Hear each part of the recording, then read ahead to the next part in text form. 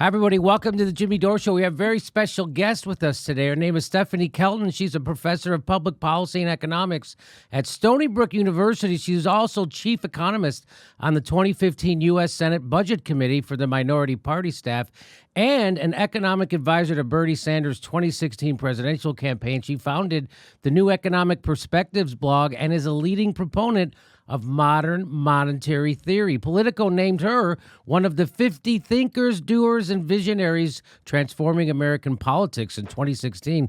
Welcome, Stephanie Kelton. Thanks for being here. Thank you for having me. All right, so I know what trickle-down economics is, right? So that's what Ronald Reagan brought us to in the United States, which was if you give more money to the richest people in the country, they will spend so much it'll trickle down. Sir, may I have a trickle? Just a little. It sounds horrible, and it is, and that's why we're. But before that, we were doing a version of Keynesian economics, if I'm correct. So you can correct me. That's why you're here. But that's like demand side. It's like what FDR did. He put money in the pockets of workers, and so then they went out and spent it. And I was always told that was a demand economy. How am I doing so far? You're doing well. Oh, okay.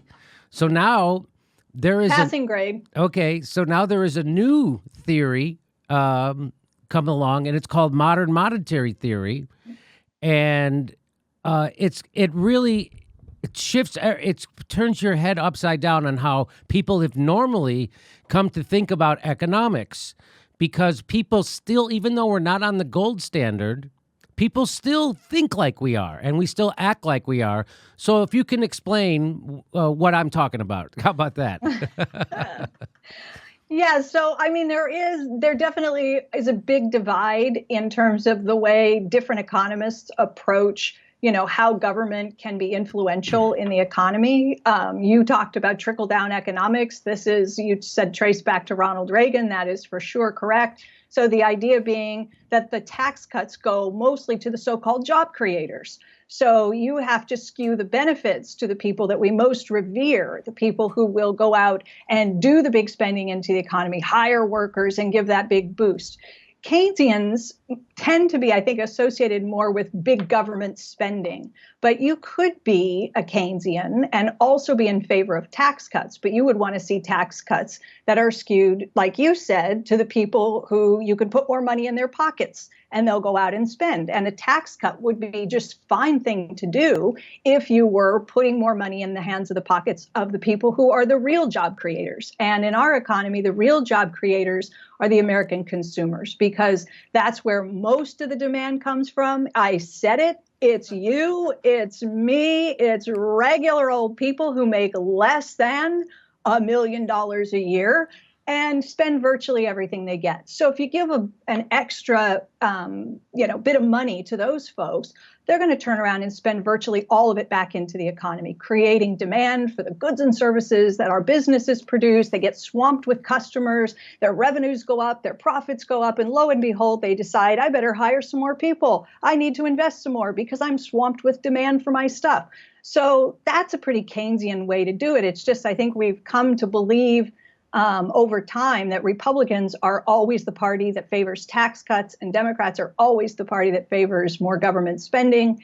And MMT kind of comes in and says, actually, both would work, provided that you're spending on things that will materially boost economic activity. They're not boondoggle projects. You're doing good types of spending into the economy, providing things that people actually value and that will lead to some job creation. And if you want to do some tax cuts as well, that's okay too. But make sure the tax cuts go where they'll do the most good in the economy. And that means to the people who will turn around and spend virtually everything and not turn around and pad their 401ks, buy more real estate, buy more shares of stock and the like. So what modern monetary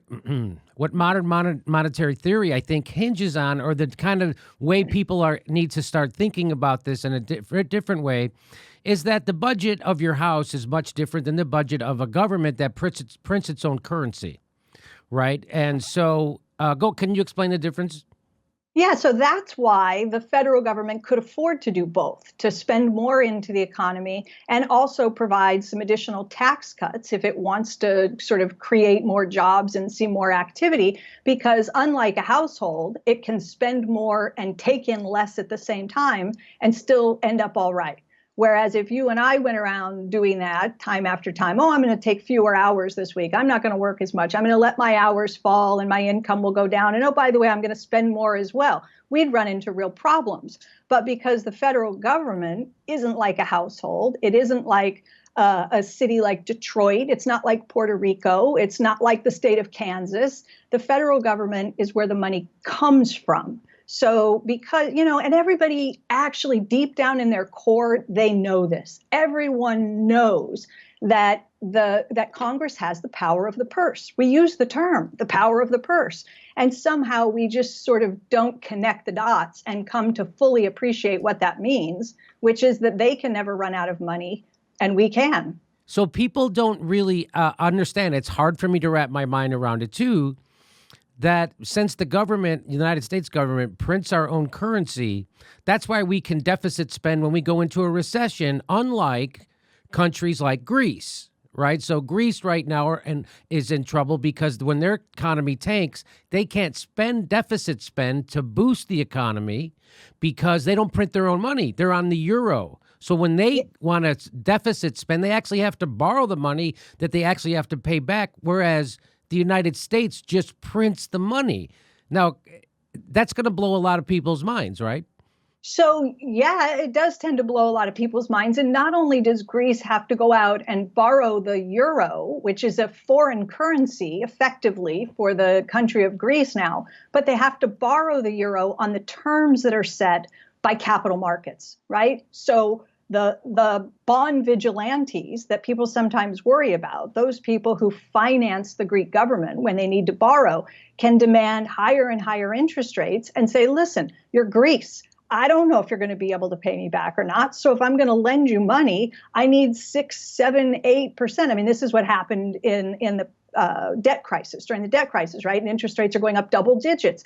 And in the US, on the other hand, the US is spending its own currency into the economy, taxing some of it back, and then voluntarily choosing to swap out some of the money it spent into the economy for these treasury bonds. And we label that borrowing. And we say somehow, this is going to be a problem. No, the government doesn't even have to do that. It's borrowing its own currency back, and it can set the terms at which it borrows. In other words, we have our own central bank. So we could have the Federal Reserve say, we're not going to let the government borrow at rates in excess of 2% ever. We did that historically. We had something in the 1950s and 40s called the Treasury Fed Accord.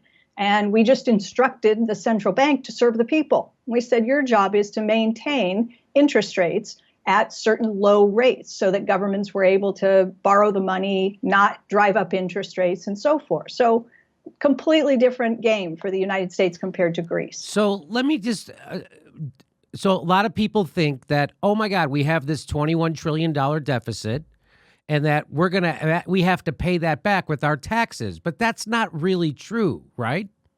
No, it's not true at all. Like, I'm sitting at my husband's desk. He happens to have a Post-it notepad here. So can I, let's just say that I'm the government and I'm going to spend $2 billion, whatever we want to call these. I'm going to put these into the economy. So here they go. I'm handing them to you. You're the economy. Now you have these two. I spent them in, but I'm going to take one back from you. And I'm going to call that a tax. So I collected this one back. It's gone.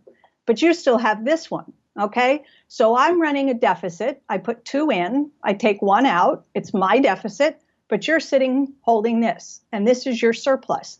Now, this is the money I spent into the economy and didn't tax back. Okay. This is your dollar. But now I'm going to borrow this dollar from you. So I'm going to get a different color paper called a treasury bond. And I'm going to take this from you.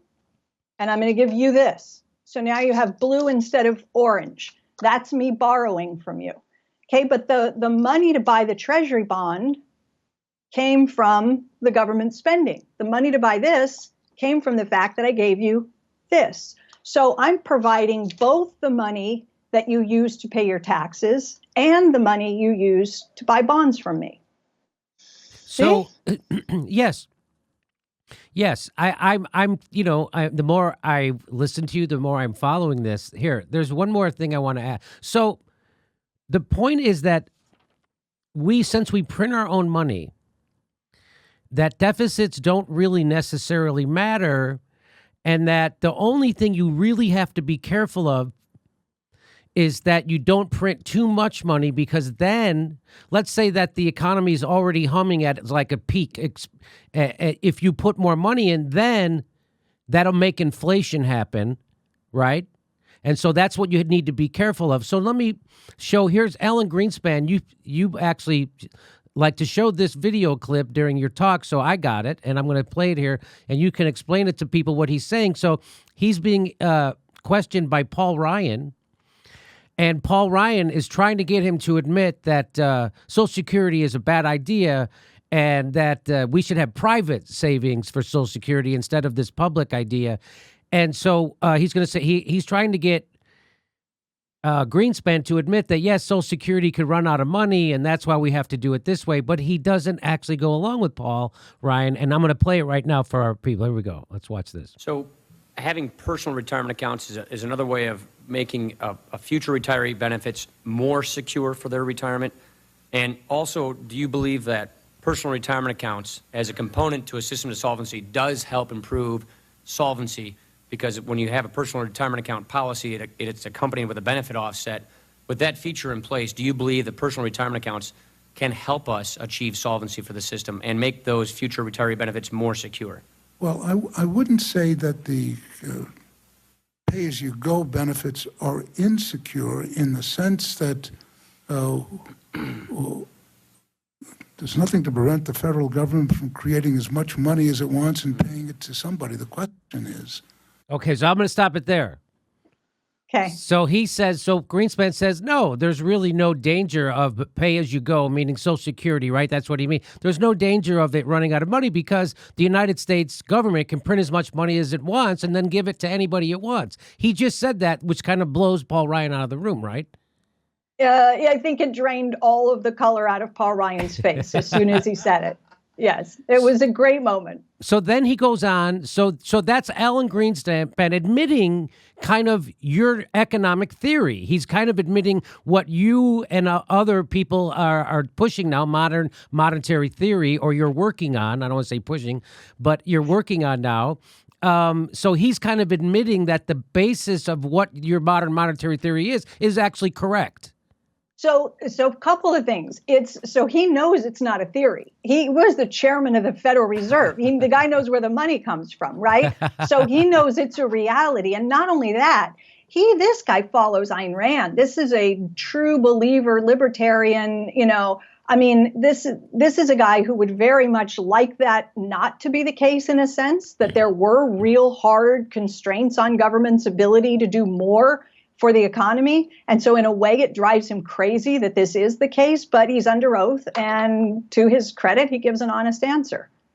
So, okay, so that's fantastic. You're right. He does know how it works. So now he's going to go on so now he's going to go on and explain more. And I don't know a thing what he's talking about, but I'm sure you will, and you can tell us what he means. So here's what he says next after that. How do you set up a system which assures that the real assets are created, which those benefits are employed to purchase? So it's not a question of security. It's a question of the structure of a financial system which assures that the real resources are created for retirement, as distinct from the cash. The cash itself is nice to have, but it's got to be in the context of the real resources being created at the time those benefits are paid, so that you can purchase real resources with the benefits, which of course are cash. Mm-hmm. So I don't know what he's talking about. Can you tell me what he means? But it seems to still upset Paul Ryan. So that's got to be good. So what is he saying? That was crystal clear, Jimmy. I have no idea. But I think that was the biggest word salad. Yeah. Yeah. So here's what he says. So let's go back. The first thing he does is take the affordability question off the table, right? He says there's absolutely nothing to prevent the federal government from caring for every future retiree, the disabled and their dependents, as promised, in full, on time for the rest of eternity. Nothing to stop us from doing that. So we've completely put that aside. Then he goes on to make what is the really important point, and the point that I wish we were debating instead of what we always end up debating. The really important point he's raising is this. Greenspan knows demographics are changing in this country. Baby boomers are moving into retirement, leaving behind fewer and fewer people to produce the stuff that all of us will continue to buy. So boomers will retire, they won't make stuff, but they'll still want to buy stuff. And Greenspan says, the question is, how do you set up a system which assures that the real assets, the real stuff is getting produced in the economy, are available? How do we make sure that we're going to have a productive enough economy in 5, 10, 20, 30 years so that when those checks go out, people can spend that money into the economy without, wait for it, shortages and inflation. If there's not enough stuff, if we're not a productive enough economy, then we're going to have the old problem of too much money chasing too few goods. And it's as simple as that. So that's what he was saying. So he's saying that, yeah, we can always make sure the cash payments go to the people. That's no problem. The problem is, is there going to be stuff being produced in our economy for them to go buy? And if there's not enough stuff, a surplus of stuff, then that's going to create shortages, which will create hyperinflation. That he's saying that's the same, right? Is that what he's saying? Exactly. So if we were listening to Alan Greenspan on this, we would be having a fierce debate in this country, not about cutting people's benefits and reforming Social Security, which is just code for cutting benefits, and focusing on the pay for. How are we going to afford it? We can't afford it. It's the money problem. It's the money problem. It's not a money problem.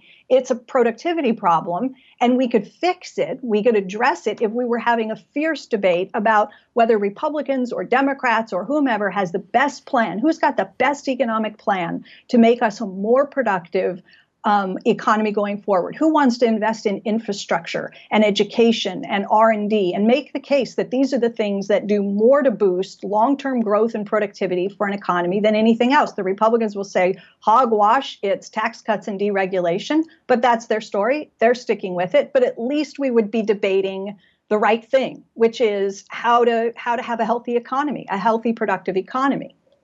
Well, it's obvious that the Republicans only pay lip service to the deficit, right? So what even Dick Cheney famously said, was quoted as saying, Reagan proved deficits don't matter, because Ronald Reagan was supposed to be a fiscal conservative, but he exploded the deficit. And nothing bad happened. And that's why Cheney said that. They don't matter in the sense that they bring about Armageddon. You know, when we first, when Hamilton first said, we're going to buy up some state debts and we're going to have a national debt, there was no national debt before Hamilton did that. So we have a small national debt. And of course, over time, 500 billion becomes $1 trillion, and all the hair is on fire, and everybody's saying this is the worst thing in the world, it's unsustainable. And then a little bit of time passes and it's 2.5, then it's 5, then it's 7, everybody's hair on fire. Then, Obama comes in and we go from 7 to 11 to now 15 to 20 to 21. And everybody all along continues to say the end is near, this is unsustainable, and nothing bad happens. Right? Inflation stays right around the Fed's 2% target. Interest rates go wherever the Fed tells them to go. It's like, what are we upset about? So, which also proves your theory that since nothing bad has happened since Ronald Reagan started exploding deficits, it's kind of proving your theory, right? Well, if you mean that it's proving that there's not this tipping point that the Harvard economists a few years ago persuaded most of the policymaking world that if countries allow their debt relative to their GDP, if they allow that ratio to get at 90% and higher, that's where the vulnerability sets in. And countries that allow their debt to get up to 90% of their GDP reach a tipping point. and then you tip over and slow growth and all these bad sorts of things happen. Well, look at Japan. Japan is sort of the perfect example with a debt to GDP ratio today of about 240%. Their debt is near a quadrillion. I don't know how many zeros. I do actually, but that's a lot of zeros. A quadrillion in debt. And they got no inflation and interest rates below 1%, and life goes on. Wait a minute. What is a quad? Is that a real Yeah, number? Add three zeros to a trillion and you get a quadrillion. So So from 100 trillion, the next zero up is a quadrillion. So their debt is exponentially larger than our debt. Well, but that's not dollar denominated. That's yen denominated. But yeah, in yen, they're at about closing in on a quadrillion. Okay. All right. So now here's a couple other things that I need explained. So when we say that the government borrows money, now you already kind of explained that before with the blue and the orange Post-it. So they don't actually for instance, we just decided to spend $80 billion more on our military budget. Now, the Secretary of Treasury doesn't call up Jamie Dimon and said, I need $80 billion. That's not, he doesn't borrow it from a bank per se, right? They issue what they call Treasury bonds. And what it is people buy those as investments. They're just a bond, right? And then they can cash them in later for the interest that it is accrued. That's how the government borrows. Is my correct? Well, I mean, yeah, there's a dealer market. There are certain banks that participate in the auctions. They're dealers, and so when the government holds an auction, sells bonds, there are dealers that are required to bid. In fact, you have guaranteed buyers for the bonds because they're required to bid for them. What the Fed does, so that you have your own treasury and you have your own central bank. And the treasury and the central bank coordinate behind the scenes. And they make sure that bond auctions don't fail, that treasury checks don't bounce, and so forth. So we talked about this a little bit before about how it's not like when you and I go to finance a car or make a purchase, we go out and find somebody who's willing to extend credit to us, and then we prearrange the financing, and then we have the money, and then we go out and spend. The government is already spending the money into the economy, and what's happening in the background after the authorization to spend all that money has been given is these agencies, the Treasury and the Fed, are working it out to make sure the payment's always clear. That's kind of amazing. That's actually kind of amazing. Well, it's reassuring too, because the last thing we'd want are a bunch of government employees, checks bouncing, and contract. Yeah. Well, here's the second question to that though. So if we print our own currency, why do we even have to do the treasury bond thing? Why don't we just print it? So it's a good question, and I'm not sure I have a good answer. We're just sort of trapped in the habit of doing it. I mean, we've been doing it this way for so long, and I think that probably the answer has a lot to do with the fact that the people who buy these are the financiers. I mean, treasuries are a nice way to get a little bit of a free ride, right? You get a subsidy from the government. They give you interest for holding blue instead of orange, and they don't have to volunteer to do that. But, some people will say, oh, it's the poor fixed income, the savers living on their fixed incomes. We have to get interest rates up because grandma is getting punished when the Fed keeps interest rates so low. And so what we really want to do is look out for the poor saver who's trying to get by on a fixed income. She's bought all these treasuries. Well, okay, there are some people out there, yes, who hold treasuries, but the vast majority of these things are held by the very, very wealthy. Okay. All right. So that clears that up for me. So now, if Alan Greenspan understands how this works, I'm going to try to explain how the budget actually works, and then you correct me where I'm wrong. So the legislators get together, and they decide spending priorities. Right now, one of our spending priorities is $715 billion for military budget that nobody in the country actually wants, except, the 1% who are stockholders in, those defense contractor companies. So they write a budget. They have all this. We're going to spend this much on Medicare, this much on Medicaid, this much on Pentagon budget, this much on infrastructure. So they just decide, and then they don't wait for the financing, like you said. The financing is just automatic because the banks have to give us the money, and what we have to give them back is interest on that money, but that we print anyway. So am I close? Is that close? So what a budget really should reflect is our priorities. And right now it's not. It's reflecting a false priority that we have to do some kind of belt tightening, correct? Yeah, the budget should reflect the priorities. And so, yes, that's correct. If your priorities, if the Democrats swept in, presumably they would write a budget that looks quite different from the one the Republicans would write. They would put more resources in education and infrastructure and these sorts of things, Medicaid, food stamps, whatever, and take some money out of defense or other areas of the budget. So there'd be some shuffling, but there would also maybe even be some augmenting in total. So they're saying to the agencies, they're saying, look, we've just authorized all of this spending. Go start spending into the economy, and all of it's going in.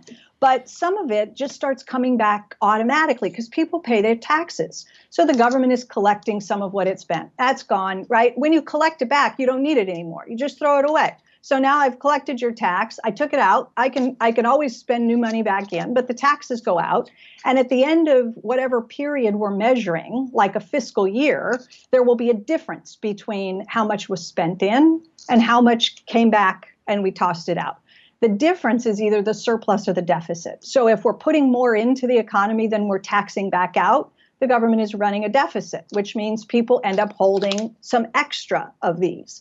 And because the government requires itself to borrow whenever it runs a deficit, it starts swapping these for these. So now they go like this, right? So it's all kind of happening in real time all the time. It's not in sort of on day one this and on day two. It's always all happening at the same time. But at the end of the fiscal year, we net it all out and we figure out how much more did we put into the economy than we took out. And we label it a deficit.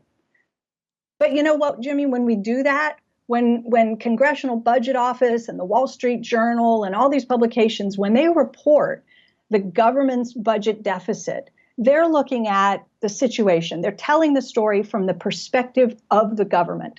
The government's finances were in deficit, but they never tell the story from the perspective of the economy, the not government part of the story. So if instead of a headline reading government deficits projected to go from 800 billion to $1 trillion next year, instead the headline could read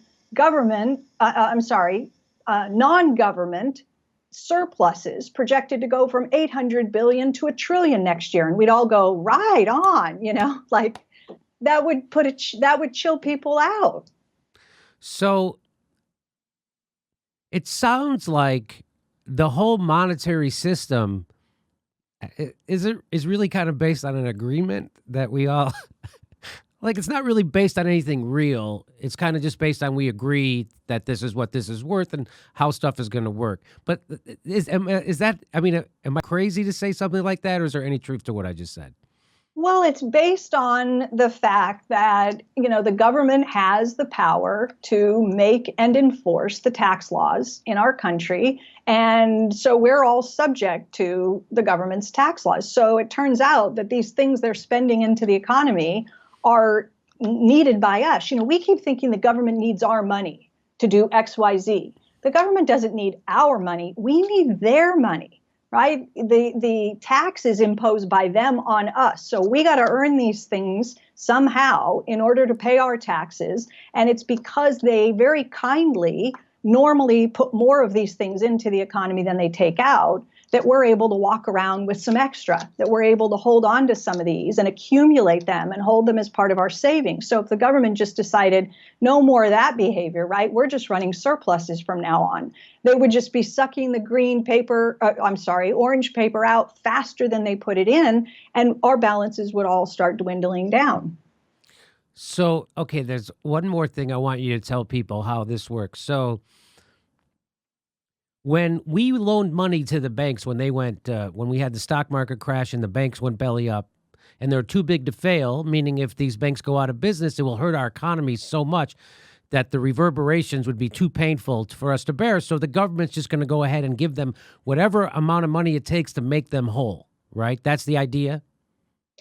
Well, I'll go with that. That's a fair enough way to say it. But the way Okay. they give them the money is so they give them the money, they print money, lend it to the bank. The bank then takes that money we've lent it and then buys treasuries from the United States government, which they get interest on. And so they use that interest to pay off the loan that they got from us. Is that correct? It's kind of beautiful. I mean, yeah, so a lot of things happened to deal with the way that the Fed and the government dealt with the situation after the financial crisis. But yeah, we had a bunch of stuff that was fancily called quantitative easing, where the Fed, if you like, hit the print key a lot and bought up treasuries and mortgage-backed securities from the banks, taking those off their balance sheets, giving them effectively cash instead, paying them interest on their excess reserve balances, which is just a way of topping up banks' balances with additional monies. And so, yes, it more or less works the way you just described. So that, to me, and correct me if I'm wrong, that's why you're here. To me, that sounds like a scam. Well, you say scam, they say liquidity infusion. I mean, it is a way of injecting cash onto balance sheets of institutions perceived worthwhile, worthy, and needy. Yeah. But this is why people say things like, when some of these candidates have been asked lately, how are you going to pay for this? How are you going to pay for this? You have this big progressive agenda. Some of these candidates have started saying, well, we didn't have any problem finding, trillions of dollars when the banks needed to be bailed out. I don't know if you saw, with the 10-year anniversary of Lehman, there were a lot of pieces written and published in the last few days. And Matt Taibbi has a really good one in Rolling Stone. And he goes back through some of the estimates, just how much did the Fed end up intervening? Like, what dollar amount do we put on that? And the highest estimate that's been provided by the Levy Economics Institute in research was 29 trillion. When they looked at it, they say the Fed gave as much as, intervened to the tune of 29 trillion. You go, okay, if we can do that, surely we can do something for veterans, something for infrastructure, something for hungry kids. Yeah. So when Barack Obama instructs, goes along with the Fed quantitative easing, giving the banks $29 trillion, and then turns around and literally does a pay freeze for federal employees, saying that we have to pay for this. That's bad economic thinking, right? Oh, for sure. Yeah. I mean, there were, and now there are debates. Everybody's sort of going back and looking at how policymakers responded to the Great Recession. And a lot of people, I think, are trying to do some revisionist history here and trying to sort of reshape the role that they played in the whole thing and say, oh, we really tried to do more for homeowners. Oh, we really tried to do more in terms of the stimulus. Yeah. So there's a lot of that going on. Thanks for watching. Please make sure you're subscribed. Even if you think you are, you're probably not. It only takes a second to check, and then you have to ring that bell so they send you a notification when we drop a new video. Otherwise, they won't tell you when we drop new videos. And if you like our show, please help support it. Become a patron. We give you hours of bonus material every week, and we give a live stream. We do a live stream every Saturday at 2 p.m. Pacific time when you could ask us questions and we answer them back. Thanks for your support.